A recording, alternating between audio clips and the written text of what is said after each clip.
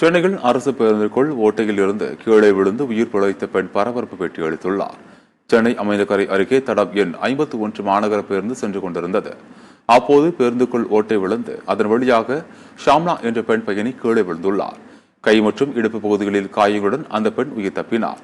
உயிர் பிழைப்போமா என்ற சந்தேகத்துடன் மரணத்திற்கு சென்று திரும்புவது போல இருந்ததாக கூறிய அந்த பெண் பயணி, இந்த பேருந்துக்குள் ஓட்டைக்குள் குழந்தையோ வயதானவர்களோ சிக்கி இருந்தால் பிழைத்திருக்க மாட்டார்கள் என்றும் அவர் கூறினார்.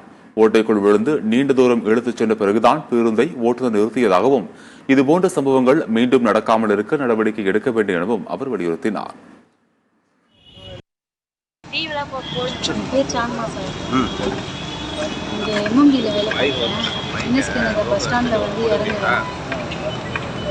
காலையில் போகும்போது நான் போன பஸ்ஸு வந்து 8:15 மணிக்கு எடுத்தாங்க.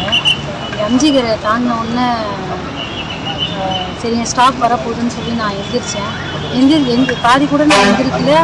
அதுக்குள்ளே அந்த ஃப்ரண்ட்டு அந்த பேக் சீட்டில் இருக்கிற அந்த ஃப்ளோடெல்லாம் உடஞ்சி கீழே ஃபுல்லாகவே இறங்கிட்டேன். அது இறங்குனதும் எனக்கு ஃப்ரண்ட்டில் இருந்த சீட்டோட கம்பியை நான் டைட்டாக பிடிச்சிக்கிட்டு என் காலை ரெண்டையும் நான் கீழே மடக்கிட்டேன். இல்லைன்னா அவ்வளோதான் நினைக்கிறேன். விழுந்தவொடனே என்ன நினச்சிங்கம்மா? விழுந்தவொடனே நான் பொழைப்பேனான்னு கூட நான் நினைக்கல. நான் செத்துருவேணும்னு தான் நினச்சேன். ஒரு செகண்ட் இருந்தாலும் நான் வீட்டுக்கு வருவேன், இப்படி பேசுவேன்னு கூட நான் நினைக்கல.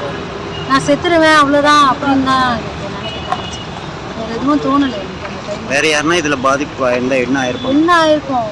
செத்து தான் போயிருப்பாங்க. வேற எந்த சொல்யூஷனும் இல்லை. இந்த பஸ் இந்த அளவுக்கு டேமேஜ் ரொம்ப டேமேஜ். என்ன சொல்றது, மக்கி போயிருக்கு. அந்த பலகையே வந்து மக்கி போயிருக்கு.